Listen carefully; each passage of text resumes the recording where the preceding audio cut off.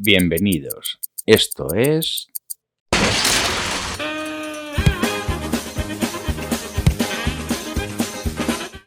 Hola, buenas y bienvenidos a un nuevo vídeo. Continuamos con el sistema del volante espiral, o órgano de regulación. Y ahora vamos a tocar lo que es los aspectos referentes al volante. El volante o volante de inercia se compone de una masa anular llamada llanta sostenida por brazos. Teniendo en cuenta la energía disponible en el reloj, el volante ideal tiene un momento de inercia elevado en relación a una masa reducida. Aquí podéis ver unos esquemas de lo que sería un volante espiral. El momento de inercia que define el volante lo podemos ver desde dos puntos de vista. Según el propio volante, actuaría la fórmula que el momento de inercia del volante es igual a la masa por el radio al cuadrado, o sea, el radio del volante. Y si lo tomamos respecto a lo que es la espiral, que eso ya lo veremos más adelante, el momento de inercia sería igual al momento elástico de la espiral partido 4pi al cuadrado por la frecuencia al cuadrado, que eso ya lo veremos un poquitín más avanzado el capítulo de la espiral. Entonces vamos a ver un volante anular, el volante anular, que es el que hoy día se utiliza más en relojería, ¿no? En la actualidad se construyen volantes simples de 3 brazos. Los de cierta calidad suelen estar hechos de una aleación de cobre berilio, que lo podéis ver más o menos en una representación típica en el esquema en la izquierda, y los de calidad media suelen estar construidos en alpaca. Poseen un momento de inercia excelente en relación a su masa, o sea, digamos que para lo que pesan, tienen un momento de inercia bastante alto. Y tenemos diferentes tipos de volante. Aquí podemos ver, por ejemplo, tenemos los monometálicos, que cuando apareció lo que llaman la espiral termocompensada hecha de Nivarox, en los años 30 los volantes bimetálicos fueron a menos. Y ahora explicaremos lo de los volantes bimetálicos. Los más utilizados fueron del tipo monometálico, realizados generalmente en latón, acero, oro, níquel o paladio, sin cortes y generalmente de 2, 3 y hasta 4 radios.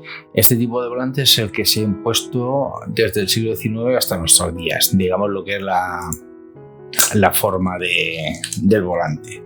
Hoy día el 99% de los volantes que nos vamos a encontrar son de este tipo. Después tenemos el volante Glucidur, que apareció a mediados del siglo pasado y es uno de los más utilizados. Se fabrica en una aleación de bronce, acero, berilio con propiedades antimagnéticas, inoxidables, elásticos y anticorrosivos. Tiene una gran dureza, una elevada resistencia a las variaciones térmicas y lo comercializó les Fabrics de Balancier Reunies, o sea, la fábrica de volantes reunidas S.A., que se ajusta en fábrica con ayuda de ordenadores y sufre muy pocas alteraciones. Hay que reseñar que el equilibrado del volante, tanto estático como dinámico, y las correcciones de afinación se realizan mediante un fresado, mediante el cual se retira pequeñas cantidades de material debajo de la llanta, que por eso podéis ver en algunos volantes unas pequeñas muescas, y se puede llevar a cabo esta operación con el volante montado, pero es necesario estar aspirando para que las virutillas que se caen de lo que es el fresado no se metan por el movimiento y tengamos un problema y nos toque desmontar otra vez el movimiento y tal. Y luego tenemos otro tipo de volantes, que es el Giromax, que lo patentó Patek. Lo estuvo desarrollando entre 1949 y 1952 y realizó 2 patentes en 1953. Es un volante monometálico y tiene unos pequeños contrapesos de forma de C, o también llama pirolas, que hacen las funciones de volantes, o sea, de tornillos laterales. Cada vez veremos los volantes con tornillos. Y según podamos manipular estas pequeñas masas, lo que vamos a hacer es ir variando tanto el equilibrado como el momento de inercia del volante. Y luego tenemos otro conocido que es el microstela, que lo desarrolló Rolex también con su propio volante. Se trata de un volante de Lucidur, pero con 4 brazos y con reguladores en forma de pequeña estrella que se dispone entre los brazos del volante en el perímetro, ¿no? Entonces, según desplacemos estas pequeñas masas hacia adentro o hacia afuera, podemos ir realizando el equilibrado y lo que es la variación del momento de inercia. Si se desplazan hacia el centro del volante, aumenta la inercia, y si se desplazan al exterior del mismo, se pierde velocidad. Y pasamos, ahora vamos a ver lo que es el volante de tornillos, que se habrá visto mucho. Y este volante, antiguamente los volantes no eran tan simples como los de ahora, sino que eran bastante más complicados por varias razones. Primero, para realizar el ajuste del momento de inercia y equilibrado. Y para modificar este momento de inercia fácilmente, o el equilibrado del volante, se fijaban a la llanta del orden de 16 a 18 tornillos. Y en estos tornillos se podían montar arandelas sujetas por la cabeza y a la llanta. El equilibrado se realizaba disminuyendo la altura de la cabeza del tornillo. O sea, quitándole masa al tornillo, podíamos ir equilibrando lo que es el volante, ¿no? Y el aumento del momento de inercia se obtenía añadiendo arandelas idénticas en tornillos simétricos, y si era necesario disminuir el momento de inercia, se retiraban. ¿Por qué se ponían en tornillos opuestos y simétricos? Para seguir manteniendo el equilibrio del volante, que es que hay que diferenciar entre esos dos conceptos, entre el momento de inercia y el equilibrio del volante. Y también se colocaban estos tornillos y eran bastante más complicados, para lo que son las compensaciones de temperatura. Y aquí es donde vamos a empezar a ver el tema de los volantes bimetálicos. Vamos a ver, las espirales de acero antiguas eran de acero, o sea, y los volantes eran de acero y se dilataban considerablemente con la temperatura. Como consecuencia, la espiral se alargaba y modificaba su par, o sea, su momento elástico. Para los relojes de precisión, entonces, era necesario encontrar un sistema que compensara este efecto, ¿no? Entonces se empezaron a construir los volantes bimetálicos cortados. A mediados del siglo XVIII, Pierre Leroy se centró en el volante en vez de centrarse en espiral, que aquí, digamos, que hubieron dos escuelas, que unas se dedicaban a modificar la espiral para hacerla invariable con la temperatura, y otros se dedicaron a experimentar con el volante. Eran dos caminos diferentes que al final convergieron. Lo que se actuó, Leroy estuvo actuando sobre el radio de giro de lo que era el volante. Y entonces, alrededor de 1766, Leroy propuso el volante bimetálico. Pero este no tuvo éxito porque la unión entre ambos metales se realizaba mediante remaches, con lo cual era muy complicado y solía dar problemas y cosas por el estilo. Todavía no había llegado la tecnología. Los maestros ingleses posteriormente retomaron el tema, y ya con, digamos, otro tipo de tecnología ya un poquitín más avanzada, realizaron la unión de los metales por fusión. Entonces se realizan dos láminas bimetálicas de forma semicircular, están fijadas en unos extremos al brazo transversal. La llanta se compone de dos partes de latón y acero soldados entre sí.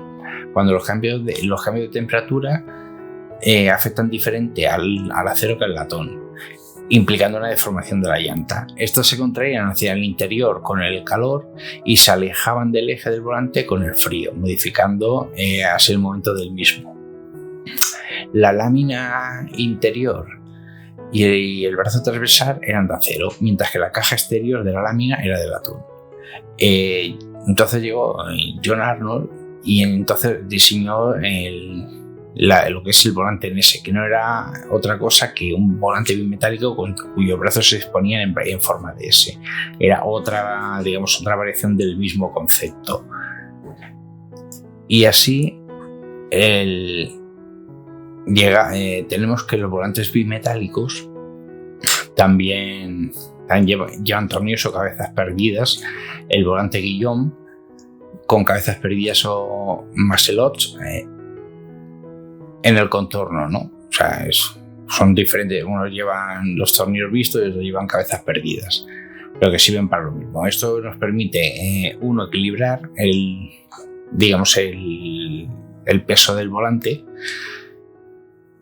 que el equilibrado a ver cómo lo explico, se puede ver en algunos vídeos por YouTube y tal, que tú cuando apoyas el volante de los dos pivotes en posición vertical, o sea, en posición lo que sería el plano del volante en vertical, si está desequilibrado, siempre tiende por peso, en la zona que más pesa suele caer abajo. Entonces, cuando un volante está bien equilibrado, lo puedes mover poco a poco y nunca va a caer del mismo lado. Siempre lo puedes mover con un pelito y tal, y se va a quedar en esa posición, no va a retornar porque esté desequilibrado. Y después tenemos en